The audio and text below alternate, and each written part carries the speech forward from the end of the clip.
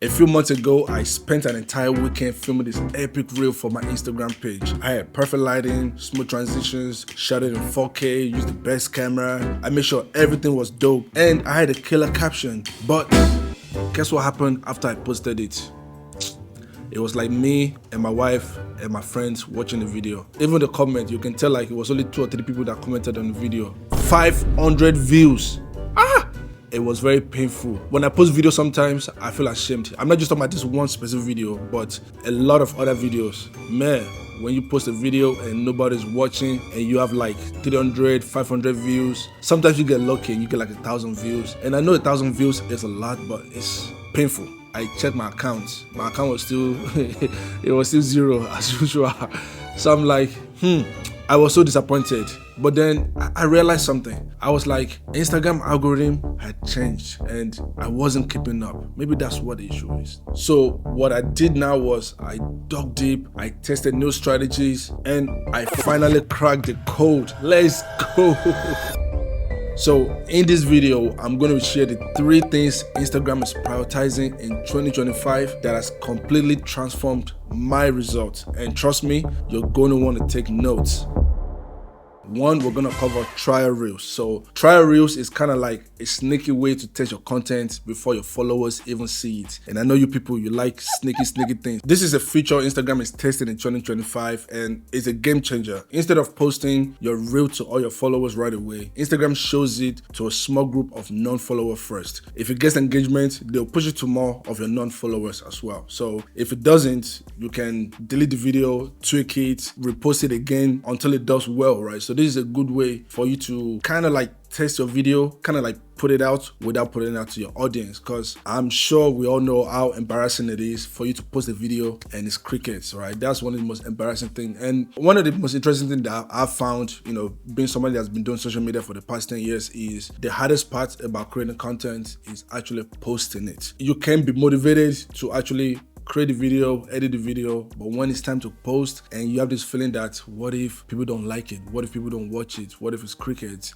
That embarrassment of like your friends and family might see the video and it's only like 400 views that they're gonna make fun of you and stuff might make you not even post the video, right? Man, I have been posting like 5 to 7 trial reels a day because I'm like, shit, let me post it and see what happens, right? And then whenever I see that, okay, this video is getting a lot of traction, then I boom, share it to my followers. And it has been working really good for me because, you know, we can all pretend and be like, oh, I don't care what happens. I don't care if people like it or not. But deep down inside of us, we do care and it does affect us in a way, right? What happens is when you post a video, Instagram is going to share it to, I think, about 10% of your followers. So let's say you have 10,000 followers. Instagram will first share the video to, let's say, about 1,000 of them. If they don't engage, they don't watch it, they don't nothing, Instagram is just gonna kill your video just like that. But what this is doing is Instagram is first gonna push it to people who are not following you that are related to your followers, right? They are similar to your followers and people who they think might engage with you. The second one is carousels. Yes, carousel has been there for a long time, but right now in 2025, it's really gold. Instagram started as a sharing app, and I remember like out of college back in 2014, I posted my first Instagram picture, but then COVID came and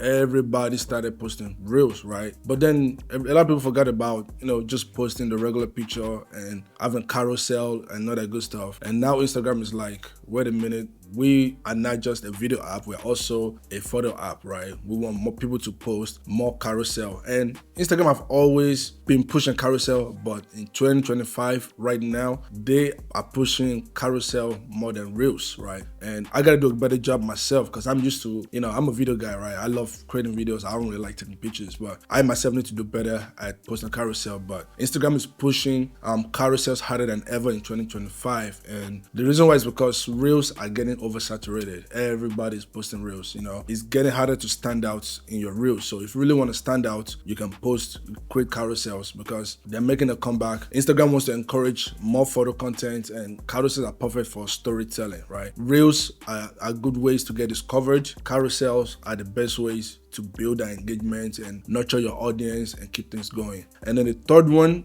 is the best export settings for Reels, because no one talk about how much this affects your reach, right? You spend a lot of time making a nice video, but when you post it on Instagram, it looks like it was shot in the 1980s. I shoot my videos at 4K 30 frames per second, but I export them in 1080 at 30 frames per second because your videos are viewed and played back at 1080p, right? So if you export the video in 4K and you upload in 4K, Instagram is going to do the conversion and the compression, right? So I would rather do the compression myself here, right? The downscaling, rather than Instagram, server and algorithm doing it, right? Because they're going to do it in a rush, and the bigger your file size is, the more compression they're going to do, because they want people to be able to play back the videos as fast as possible. So when I export the videos, my goal is to feed Instagram already what they need, right? That way they don't need to compress my videos and start losing quality, because I find that issue a lot of times where I see a big quality drop. But ever since I've been exporting in 1080p, I've seen a big difference. And the next thing when it comes to your export settings is your bit rate. And the good thing is, it doesn't matter what editing software you're using, they all have similar exporting settings. So for your bit rate, I usually use 9000 kbs. You can use somewhere around 8 to 10. So the kbs has something to do with your file size, right? The higher it is, the bigger your file size is going to be, and also the higher your quality should be.